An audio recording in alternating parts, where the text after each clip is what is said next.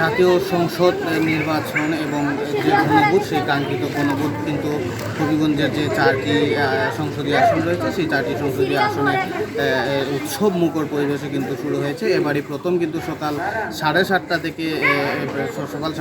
থেকে কিন্তু ভোট গ্রহণ শুরু হয়। আমি এখন যে জায়গাটিতে দাঁড়িয়ে আছি সেটি হচ্ছে হবিগঞ্জ 4 আসনের চুনারুঘাট উপজেলার চা বাগান অধ্যুষিত একটি এলাকা। সেই চা বাগান অধ্যুষিত এলাকার চাঁদপুর সরকারি প্রাথমিক বিদ্যালয় ভোট কেন্দ্রে আমরা এখানে এসে যেমনটি দেখতে পাচ্ছি যে এই ভোট কেন্দ্রে সকালের দিকে কিন্তু 1-2 করে ভোটার আসলো। বান্ডেল থাকলে প্রতি সেনমানিতে টাকা বাঁচবে। বিকাশ সেনমানি বান্ডেল কিনে জিতুন প্রতি লেনদেনে। এখন কিন্তু ঢোল বেঁধে নারী সহ পুরুষ ভোটাররা এখানে আসতেছেন এবং ভোটারদের যে উপস্থিতি পর্যায়ক্রমে কিন্তু বাড়তেছে। আমরা এখানকার যারা ভোটার রয়েছেন তাদের সঙ্গে কথা বলেছিলাম। ওনারা যেমনটি বলছেন যে প্রতি বছর 8টা থেকে ভোট গ্রহণ শুরু হলো, এবার কিন্তু আরও আধা ঘন্টা এগিয়ে এনে 7:30 থেকে ভোট গ্রহণ শুরু হয়েছে। এই বিষয়টি কিন্তু চা বাগান অধ্যুষিত যে শ্রমিকরা রয়েছেন অনেকে বিষয়টি সম্পর্কে তেমন একটা অবগত নয়, যে কারণে তারা আসলে 8টার পর থেকেই দল বেঁধে ভোট কেন্দ্রে আসতে শুরু করেছেন।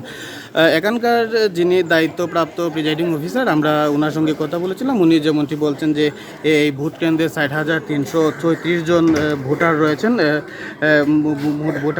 এর মধ্যে কিন্তু প্রায় অর্ধেকই কিন্তু নারী ভোটার। তো পুরুষ ভোটারের চেয়ে নারী ভোটারদের উপস্থিতি কিন্তু আমরা এখানে খুব বেশি লক্ষণ করছি। আপনাকে যদি একটু হবিগঞ্জের যে 4টি সংসদীয় আসন রয়েছে সেটি 4টি সংসদীয় আসনে যদি সার্বিক পরিস্থিতি বলি, এবার ত্রয়োদশ জাতীয় সংসদ নির্বাচনে কিন্তু 25 জন প্রার্থী কিন্তু এমপি পদে কিন্তু যে তাদের নিয়ে প্রতিদ্বন্দ্বিতা করছেন। আর হবিগঞ্জ যে চুনারুঘাট যে আসনটি রয়েছে সেই আসনে 9 জন প্রার্থী প্রতিদ্বন্দ্বিতা করছেন। এর মধ্যে কিন্তু ধানের শীষের মনোনীত প্রার্থী সৈয়দ ফয়সল এবং হোমবার্তি প্রতীকে যিনি প্রতিদ্বন্দ্বিতা করছেন ইসলামিক বক্তা গিয়াসউদ্দিন আত্তাহারি, ওনাদের দুজনের মধ্যে কিন্তু প্রতিদ্বন্দ্বিতার একটি আভাস পাওয়া যাচ্ছে।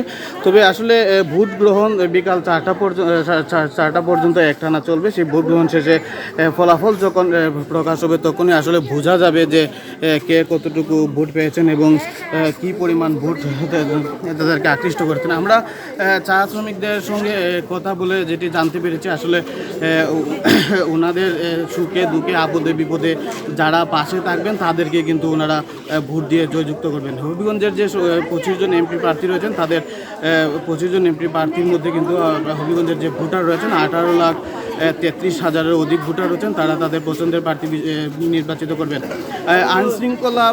আইনশৃঙ্খলা সম্পর্কে যদি আমরা একটু বলি, আইনশৃঙ্খলা বাহিনীর যে সদস্যরা রয়েছে তারা কিন্তু বেশ তৎপর রয়েছেন যাতে করে নির্বিঘ্নে ত্রয়োদশ জাতীয় সংসদ নির্বাচন অনুষ্ঠিত হয়। সেক্ষেত্রে কিন্তু আমরা দেখেছি যে পুলিশ কিন্তু সারা জেলায় 2,000-এর অধিক পুলিশ সদস্য আইনশৃঙ্খলার দায়িত্ব পালন করছেন এবং এবারই প্রথম কিন্তু পুলিশে ঝুঁকিপূর্ণ কেন্দ্রগুলিতে বডি অন ক্যামেরা যেটা সেটি ব্যবহার করছেন।